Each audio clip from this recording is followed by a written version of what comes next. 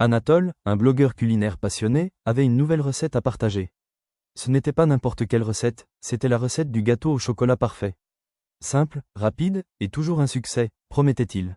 La recette d'Anatole a explosé sur Internet. Des milliers de personnes l'ont essayé, partageant leurs photos de gâteaux moelleux et délicieux. Le buzz était incroyable, puis, les commentaires étranges ont commencé à affluer. Mes voisins ont senti l'odeur et sont devenus fous, écrivait quelqu'un.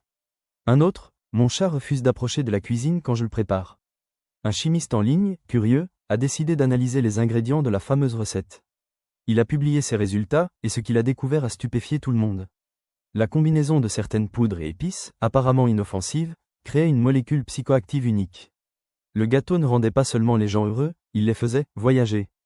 Confronté à la vérité, Anatole a finalement avoué. La recette n'était pas juste un gâteau. C'était une expérimentation sociale, a-t-il déclaré, pour voir comment les gens réagiraient. Mais ce n'était pas si simple. Les gens n'étaient pas seulement devenus fous, ils avaient eu de graves délires et des hallucinations. Le gâteau était plus dangereux qu'ils ne le pensaient. Anatole a révélé que la recette n'avait pas été créée pour être mangée. Elle faisait partie d'un projet de recherche universitaire sur l'impact de la nourriture sur le cerveau. Les avocats de l'université l'ont contacté, l'accusant d'avoir volé leurs précieuses recherches. Mais Anatole n'était pas un voleur. Il était l'étudiant à qui l'on avait refusé de publier ses travaux. Il avait utilisé Internet pour forcer le monde à prêter attention à sa découverte, même si cela signifiait un peu de chaos chocolaté.